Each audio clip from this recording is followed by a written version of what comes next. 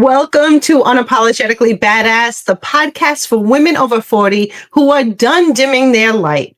I'm your host, Renee Fleming, coach, queen, and master of the midlife glow up. Solo chats, epic guests, no filter. Let's freaking go. Hey, everyone. Welcome back to another episode of Unapologetically Badass, where we talk all the things, branding, bold moves, and the badass women who are doing it all unapologetically. Today's guest, I'm so excited to introduce you to her because she is the real deal. She's not just building brands. She's getting people seen. She's an award-winning publicist, the CEO of Next On Scene Media, a podcast host in the top 1%, a woman who's been featured on CBS, NBC, Fox, and USA Today. And she's doing it all while raising two littles and running a business that's 10 years strong. We're talking video marketing, trademarking, lawsuits. We're going everywhere. And what it takes to stand in your own power and own your visibility like a queen. So Jaclyn Zukerman Delory, welcome to the show, girl. Renee, I'm so excited to be here. Thank you so much for having me. Truly. Thank you so much. Yes. So let's kick it off where it counts, visibility, right? So you started a brand really about being seen. It's all about being seen, Next On Scene, right? But how did that come about? So 10 years ago, so I'm from New York, and like 11 years ago, I moved to Massachusetts on a whim. And I took a chance on love. That's why I moved here. The company I worked for closed, and I ended up working on Top Chef on Bravo, which I'm sure people have heard about. And I was the assistant stylist to Padma. It was amazing. And then everyone kind of dispersed back to New York and California. And I got offered to go back to New York. And I was like, no, like I really appreciate the offer. Like I took a leap of faith and moved here. It was time to start fresh. So that led me to my guest room closet where I started a podcast. And it kind of just started with me interviewing people I was connecting with on social media. Think about like 11 years ago before podcasting was really what it is today. Mm-hmm. And so it kind of just funneled into all the other things we have today. So people really saw social media growth, and it led to consulting and management, and then PR really came because PR has always been my thing.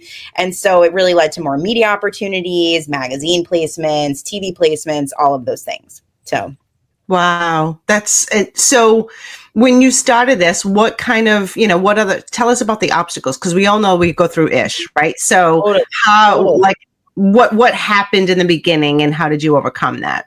So first of all, 11 years ago, nobody was podcasting.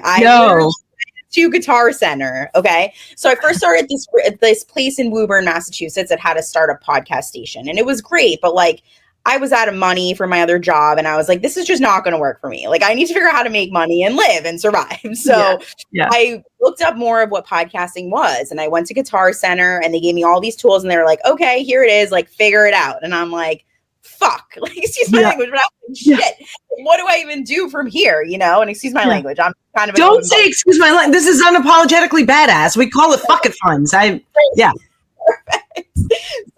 I was just like, what am I going to do from here? So I went to YouTube and I did all this research on how to set up a show and how to maximize where your streams are going and all these things. And it took me hours. Like I remember crying and I was like, this is not worth my time. Like, I don't even know what I'm doing here.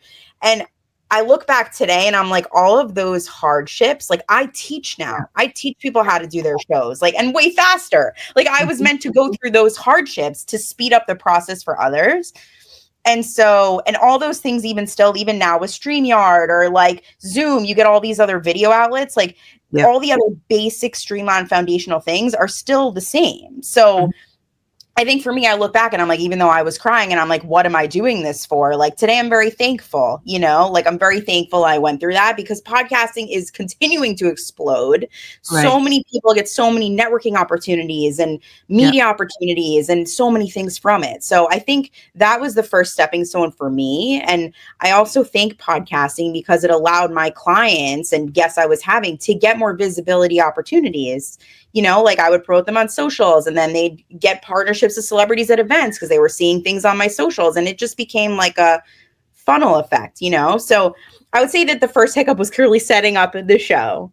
And then my business originally was called Get Seen. It wasn't called Next On Scene. And I got threatened to be sued because there was a magazine called Scene. And I never even knew any of these things. I was like 24 years old. I was like, what does this even mean? Like, it just was overwhelming to me, honestly.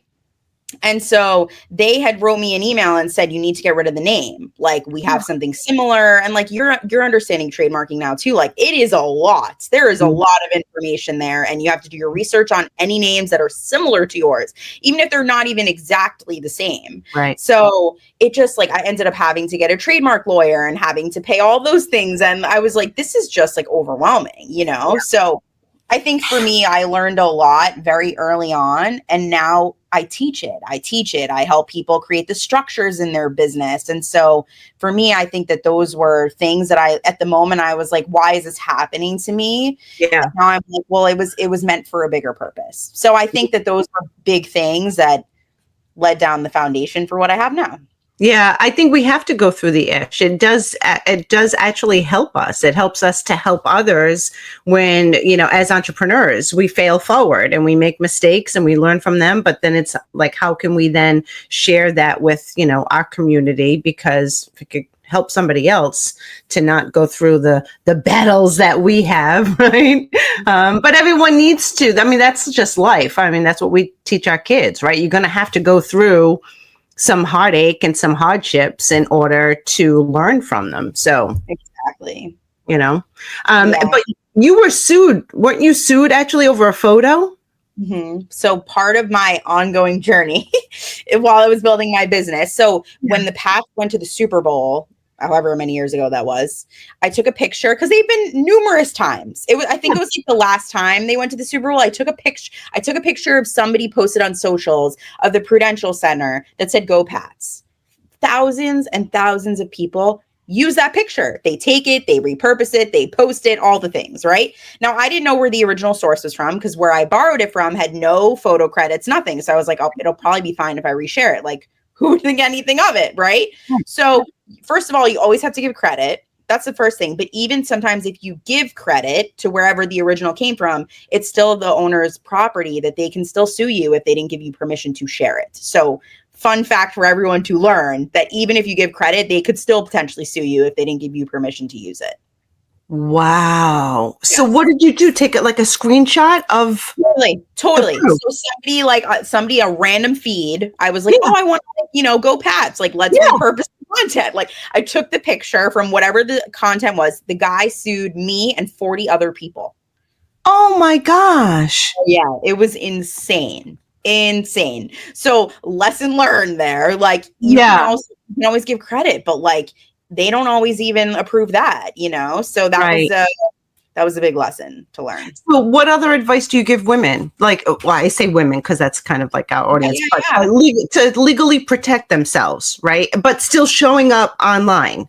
Yeah. So use your own images or like you can go on Shutterstock or buy photos. If you buy photos, you have the rights to use them, So I always say first use your own. Always use your own, create some sort of stock-like images, all the things. But then other than that, like buy images. If you're on Canva, you have rights to use those images on social media if you're paying for it every month. Yeah. So I think just make sure that you're protected in all the areas because sometimes borrowing somebody else's is not enough credit to get you permission to use it. Yeah. Yeah. And now that's a very valid point. And you trademarked early, didn't you? Did you jump in the trademark prior to really launching your business or were you dabbling how did that come about? So when I was threatened to be sued about the name of my magazine, that's when I kind of was told like, okay, you need to explore your avenues because they could sue you. The names are similar. But here's the thing that I also learned, which I'm happy to share, is there are Scene magazines across the country. Like if you Google Scene, there's so many different things that have the word Scene in it. It's about where the name falls into like the lineup. So if it's before Scene, so my business is called Next On Scene because it's before the word Scene, it's protected because I came up with something that's not exactly Scene. Does that make sense?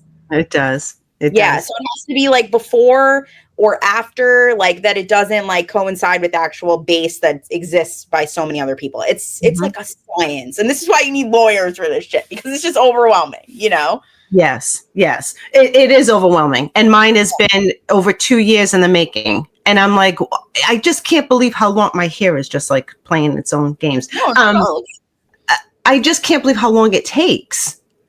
Like the amount of effort it takes for entrepreneurs to build a business, to have, first of all, to have the guts to build a business, to start a business, right? And then it seems like there's just so many obstacles along the way. How do you help keep everyone, motivated to continue down that path? Because it's hard for sure. I think it's just, first of all, it takes strength. That's the inner work, spirituality. Like I am all about working on your spiritual work on a regular basis, meditating, because there are a lot of chirping ears all the time in your thoughts. People are judging what you're posting online, like all the things. So it needs to first come from within. And then obviously creating like a support system around you, like coaches and mentors and like just people that I believe in. I've invested in coaches my whole career. And sorry, don't mind my daughter. She's totally floating around, crying, making the things. But I just think like you always need that, like, you need that support. And it's okay to say, I need help, because you can't do it all on your own. To get to a certain place, you need people in your corner. Like you can't do it on your own and be successful. There's the facts. I'm just being honest at this point. Yeah. That's smart. And I have a coach. I mean, that's what we say. I mean, you need a coach in your pocket that you can rely on, that's going to shoot it to you straight as well. Because, oftentimes we'll be around people who don't want to hurt our feelings. So, they might get, for lack of a better term, but blow smoke up your ass, going like, yes, you know what? That's a great idea. When your coach is like, not really. You might want to think about this, look at this way, have you, challenging you, which is something that's super important. I want to bring up something too. I was talking to somebody yesterday about a brand that she had, and she was talking about like, there was somebody that didn't like the name of her brand. And I was like, how many people was it? Was it like 2? Was it like 100? Like, what are we talking here? And she was like, there's like 4 people. And I was like, who cares? Like every time you grow, like you're going to have haters. Like haters is a growth. I would say it's a growing pain. Like it is. Yeah. So you can't change your business because of 4 people. Those are not your people. Right. And so that's something that I've learned too. Like having the strength to know your value and what you bring to the table is so important, because as you grow, you're going to have more people that don't like you because they feel threatened by you, or they feel, like competitive. And I hate to say that because I hate those words. I don't like to be a competitor or have any of that, but it's also true. Yeah. Exactly. I mean, that's just life. And it was a hard lesson, but I think once we recognize that we need to be unapologetically ourselves, because quick crown check, queen. If you're vibing with this episode, you're exactly the type of badass I built my empire for. Whether you're building your fuck it fund, launching your brand, craving a midlife reinvention, or just want to look and feel like $1 million freaking bucks, I've got you. From merch that speaks your truth to digital tools, coaching, and yes, even collagen that slaps. I serve the sass, the strategy, and the sparkle to help women over 40 take up space and cash checks doing what they love. Head on over to reneecarbonefleming.com or tap the link in the show notes. Pick your flavor of badass, and let's turn your midlife into your power era. Ourselves, because if they don't like us, well, fucking swipe next. Who gives a shit? Like they're not paying my bills, right? So we have to just go. But the thing is with entrepreneurs, when you have a name that resonates, you can feel it in your gut. And when you're like, oh, this feels good, regardless of what somebody else is thinking, saying, whatever, you're on the right path. I mean, I also think too, like if there are a lot of people giving you feedback, I do think it's important to reflect. But if there's a minimal amount of people, like don't let that reflect your whole business model, Yeah. And I also think I think what I've learned too is people that have judgment against you, it's their own things that they're dealing with that they're reflecting onto you. That's a very good point. So like it's just, it has nothing to do with you. It's their own shadow work that they need to deal with, and like they want to be where you're at, and they're working through their own shit to get there. Yeah. Well, and I find too, a lot of women wait too long to get trademarked too. And that's, a lot of people like, I'm not big enough. They think trademark, you have to have this multi-million-dollar business in order to get trademarked. That's a great point. It's so not true. And it's the earlier you do it, the better, because if somebody were to sue you, which is why LLCs are so important, like they're suing your business, they're not suing your personal assets. Right. So I think that that's really important too. Absolutely. Absolutely. So how do you juggle? Okay. So you have 2 kids. How old are your kids? So my daughter is 13 months and my son is 3.5. How do you balance? So you've been in business for 10 years, celebrating 10 years. Congratulations. That's awesome. A lot of people throw in the towel. How do you continue to grow the business while also being mom and being your present mom? It's a great, great question. I am reevaluating at this because I'm learning that I really want to be around for my kids a lot more at this age because they're only little for so long, and I know you understand that with kids. So like for me, I'm just reevaluating where I'm putting my time, how many clients I actually want to take on. Like I'm taking on a lot less right now because I just want to be around for my kids, and that's just taking the priority for me now. So I need things that are flexible. Yeah. And if people aren't flexible right now, like it's okay. It's just not aligned for me right now. Right.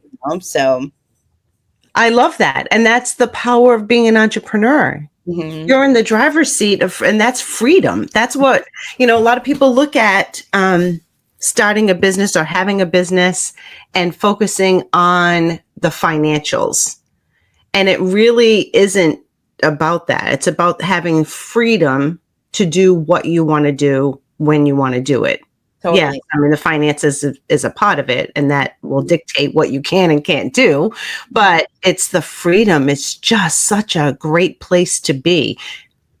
I mean, it's a great place to be, but it's also pretty, scary sometimes and stressful, right? I mean, when it is you and it's like, okay, this is it. I'm the CEO, I'm the marketing person, I'm the secretary, I'm the scheduler, I'm the social media manager, I'm the, and all the titles that you have, it can be overwhelming. So, how do you decide what it is that you're focusing on? Do you have a team that also works for you, that is a support system? Yes. So I've had 3 girls with me now for 3 to 5 years, the length that they've all been with me. So I'm very grateful. They've been super stable, like admin, social media help, graphic design.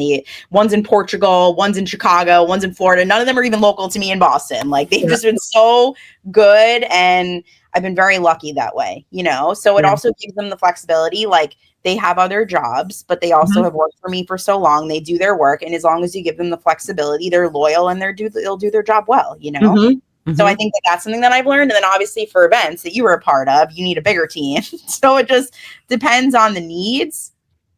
And like, I don't know. I think it depends on the needs and also finding reliable people and asking people, for like people you like, know, and trust, and building from there.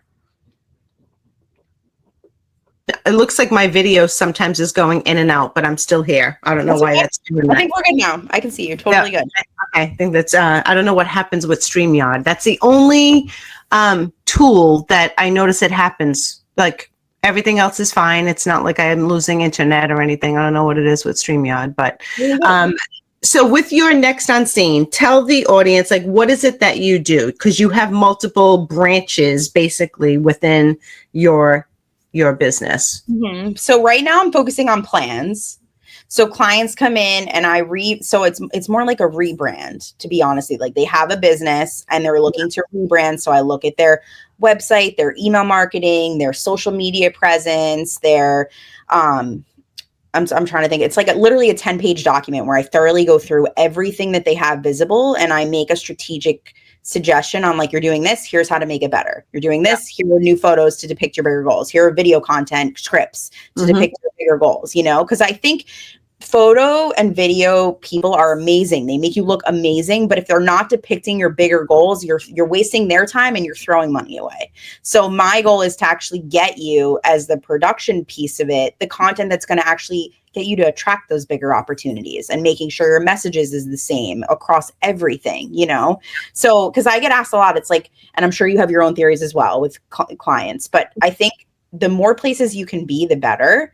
Mm-hmm. And so maximizing that, I think, is really important, because it takes one person, one place to refer you somebody or become a client or give you an opportunity. And it's like, by not showing up in those places, you're not even giving yourself that opportunity. Right. Right. So that's where I help strategically like plan of like how to put yourself out there to get those next level opportunities for yourself. Yep. Yep. Well, I would say like that's the starter point. Okay. And then from there, once you have your plan, then clients come in and they get photo and video content directed and shot by us, or we can like grow your engagement. So our specialty truly is, yes, we could do content creation, but we really do engagement. So we help you go viral. We help grow your comments, your likes, like those sort of things. Because you can have amazing content. Like, it's more about how can more people see what you're doing and generate the opportunities. So that's like our specialty with the social media side. And then from there, we obviously then get the media opportunities. So the TV placements, the magazine placements, the articles. So I would say that's our 360 board of how you can come in and work with us. Gotcha. Beautiful. Beautiful. And you have your podcast. Yes, totally. So my podcast is part of the media outlets, I would say, for sure. Like, I think that I used it originally as a tool to really help build my clients, like getting comfortable on shows and public speaking and all the things, because I've been a lot of people's first podcast. Yeah. So it's been awesome. And I'm completely rebranding it this summer. So I'm really excited about that. So I will be doing that too. Yes, definitely. Wonderful. And now what about fashion shows? Because you just had a spectacular show in Boston that I was thankfully and gratefully a part of. So tell them about your shows. Yeah. So events. So fashion PR is what I actually went to school for. And so I love fashion. I could not pass chemistry for shit, but I was like, I love representing people in the fashion and beauty space. Like, I just felt really passionate about it. And so I knew I could represent them. So that's kind of how I fell into it. So the production side, I come from a family of event production. And I knew the ins and outs of that from seeing it for so many years. And so I was like, I'm just going to create a platform to showcase designers, showcase makeup and hair stylists. And so that's kind of how that came about. So once a year, it originally started like once a year, I would bring together all of my clients and people I was networking with and new designers that launched new things they were doing and created these events for those opportunities. So yes, that's how that came about. So I wanted to create the in-person connection in addition to all the virtual work that we do. Wow. So you sleep when? I know. My kids, thank God, are pretty good sleepers now. I'm knocking on wood. Take that in. But I would say, I think now I've cut back on a lot of my clients I've had, because I just can't emotionally take it on. So my mental health is so much more important to me right now, and being around for my kids. So I really have less client influx right now. And I'm really focusing on other projects that I could be home with my kids. Oh, that's great. That's great. It's so important because, like you said, it does fly by. I mean, I can't believe my oldest daughter just got married. I know. So like, cute. She's already talking about kids, which I'm like, wait, I'm not ready to be glamour yet. At some point, just not yet. So I want to flip the script as far as what's something about publicity and media that people get totally wrong. Mm-hmm. I think this is something I've seen a lot of. I think a lot of people pitch a lot of media at one time. Like, they'll blast them in terms of I have an event coming up. I'm just going to blast 20, 50 reporters about all of this. That's not the way to go. I'm just being honest.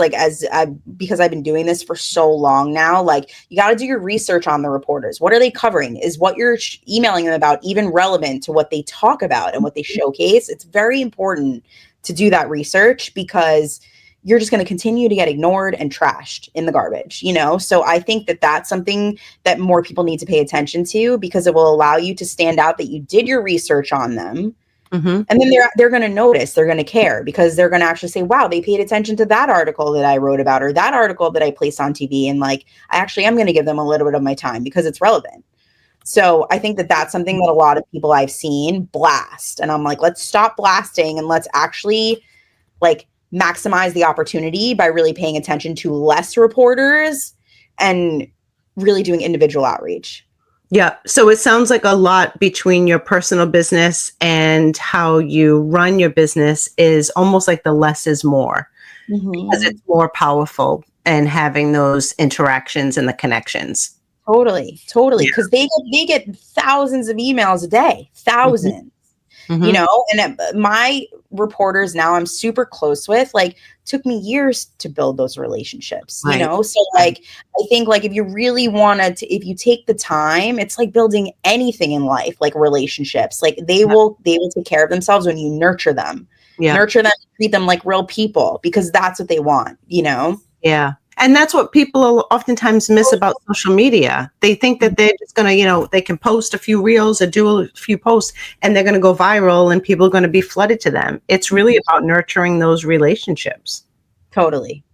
Your audience. So I think that's been my secret sauce that I continue to share with people over and over again, because like the more you blast, like, yeah, you might get one thing one time. They're going to like, I just think it's more rare, to be honest with you. So. Yeah. And it's harder and harder. Same thing with podcast. I mean, now we're in 2025, everything is getting more inundated. There's more people on social. There's more, everything has become crowded.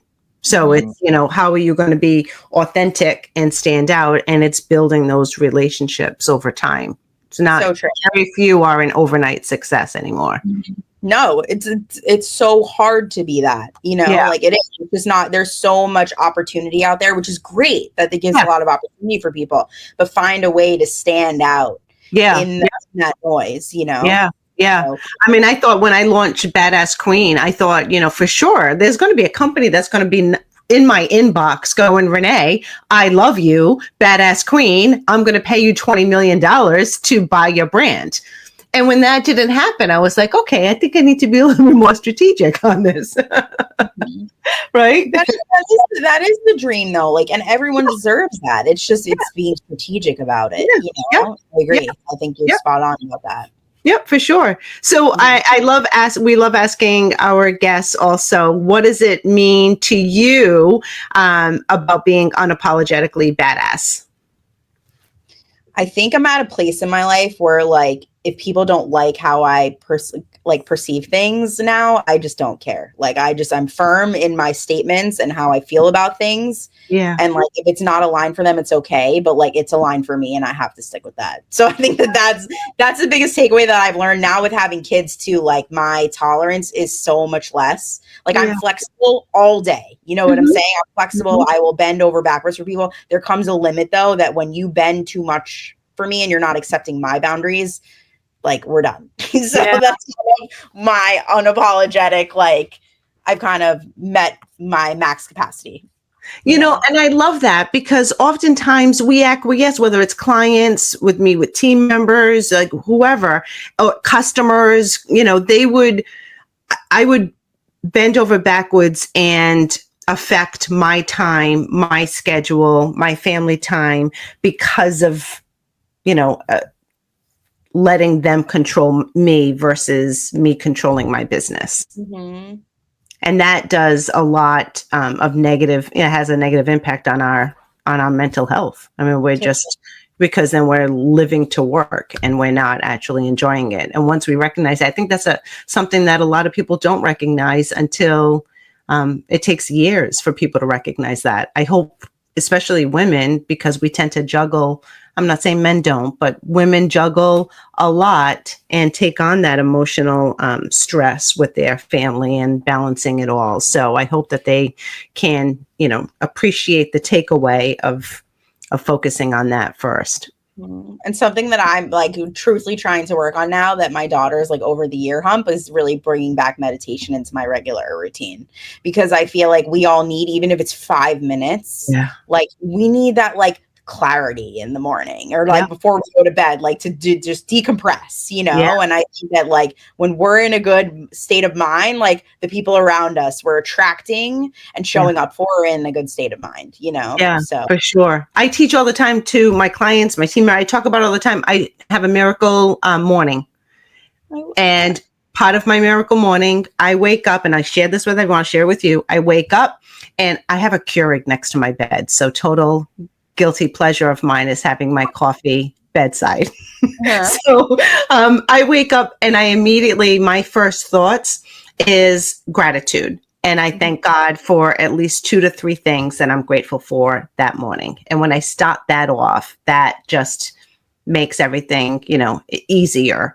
But besides that, I then listen to my future script, my life script, and my future self.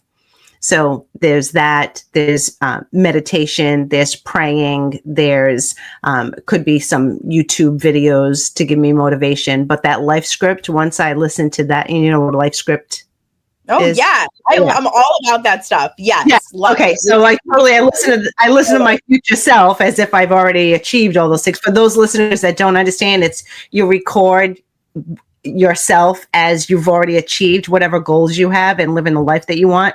So even on the worst of days, like today is a rainy day in June, like it's crappy out, you know, and some days you don't want to get out of bed or emotionally you're drained or whatever. When you listen to that future script, you then like get out of bed going, holy shit, like I am so freaking badass. Like, oh my God. And then you might pause and go, okay, I'm not there yet.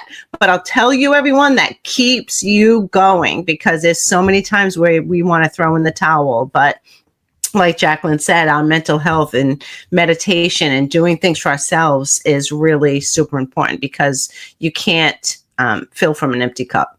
Mm-hmm. I love it. I bought that book, Miracle Morning. It's fantastic. So good. That. Yep. Yeah.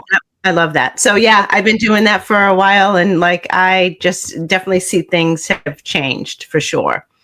Because you're in a different place mentally. So it helps. And what's next for you? Anything that you want to share that you are?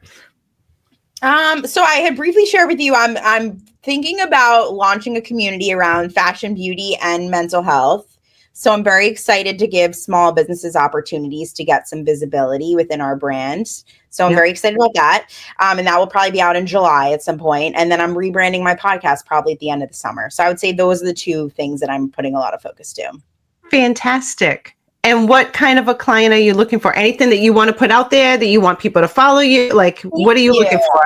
Yeah. So, I think my hub and specialty is PR for fashion, beauty, and mental health brands and companies.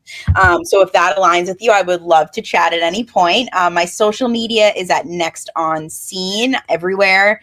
And Scene is SCENE. And I'm also Jackie Zook on all social media platforms too. So thank you, Renee. This was wonderful. Oh my gosh. I'm so glad you were able to come on. I appreciate you. I'm so glad that we connected, which is fantastic. You're such a love. And everyone, please go follow Jackie, go follow her company, share her with others. And can't wait to see what's next for you. So thank you again. Renee, you too. Sending all the good vibes. Thank you so much. Thank you. Everyone, stay tuned for the next Unapologetically Badass, and we shall see you soon. Bye, y'all. Well, that's a wrap for today, Queen. If you love this episode, hit subscribe, leave a review, and share it with your fiercest friend. Stay bold, stay badass, and wear the damn crown.